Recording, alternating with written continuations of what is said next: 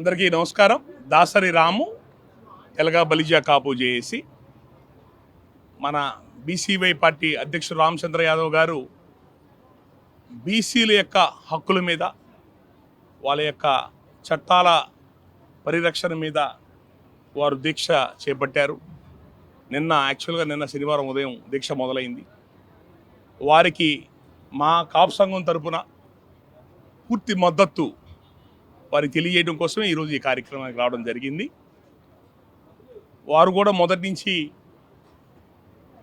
పేద బడుగు బలహీన వర్గాల రాజ్యాధికారం సాధించాలి, ఈ 1-2 కులాలే 70 ఏళ్ల పైనుంచి అధికారం అనుభవిస్తున్నాయి, మిగతా వాళ్ళకి అధికారాలు అందట్లేదు అన్నదాని మీదే వారు పోరాటం చేస్తున్నారు. ఈ మధ్యకాలంలో రాజధాని మంగళగిరి కేంద్రంగా ఈ రాజధాని ప్రాంతాలను డెవలప్ అవుతున్నాయి. అంటే రాజధాని అంటే అన్ని కులాలకి అవకాశాలు ఉండేటట్టుగా ఉండాలి, కానీ డబ్బున్న వాళ్ళకు, అధికారం ఉన్న వాళ్ళకే రాజధాని భూములు అందటం ఇలాంటివి జరుగుతున్నాయి. అందుకనే వారు బీసీ కులస్తులకు 1000 ఎకరాల పైన కేటాయించమన్నారు. అదే వారు అడిగే భావన ఏంటంటే, ఒక బీసీలే కాదు, ఎస్సీలు, మిగతా పేద కులాలు ఎవరైతే ఉన్నారో వాళ్ళందరూ కూడా సమన్యాయంగా ఈ ప్రాంతాల్లో మన రాజధాని ఏరియాలో అందరికి కూడా సమహక్కులు ఉండాలా, సమపరిపాలన వాళ్ళకి భాగస్వామ్యం ఉండాలి రాజధానులు అని చెప్పని వారి యొక్క ఉద్దేశము. అట్లాగే చంద్రబాబు నాయుడు గారు ఏవైతే ప్రామిస్ చేశారో బీసీల యొక్క చట్టబద్ధత, ఇలాంటి కొన్ని విషయాలు, నెక్స్ట్ అనేక కార్పొరేషన్లు పెట్టారు.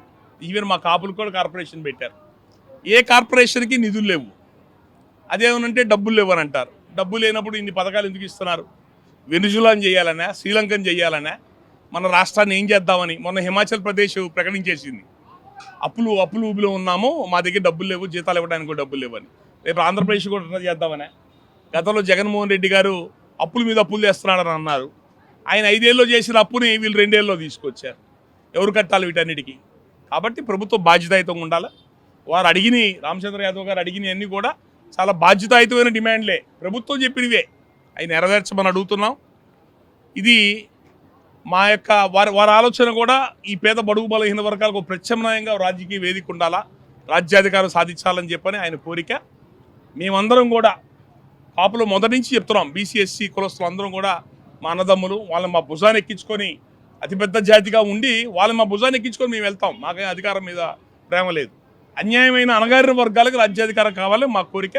దాంట్లో మళ్ళీ చాలా దశాబ్దాల తర్వాత అంటే ఏ రాజకీయ పార్టీలు ఎఫిలియేషన్ లేకుండా, ఏ కులాలకి, ఏ అగ్ర కులాలకి ఎఫిలియేషన్ లేకుండా, ఏ మీడియా పత్రికలకి అనుబంధం ఎఫిలియేషన్ లేకుండా ఒక ప్రత్యామ్నాయ ఫోర్స్గా రామచంద్ర యాదవ్ గారు నిజాయితీగా ఒక వేదికగా బయటకు వచ్చారు. అలాంటి వ్యక్తిని కాపాడుకోవాల్సిన అవసరం ఈ కాపులు, పేద వర్గాలు, ఎస్సీలు, మిగతా బీసీ వర్గాలు అందరి మీద ఉంది. మేమందరం కలిసి పనిచేస్తాం. ఆయన చేసే మంచి కార్యక్రమాలకి, రాజ్యాధికార సాధనలో మేమందరం అండగా ఉంటాం. మా కాపుల తరపున వారు చేసే ఈ దీక్షా కార్యక్రమానికి ఈరోజు మా పూర్తి నైతిక మద్దతు ఇస్తాం.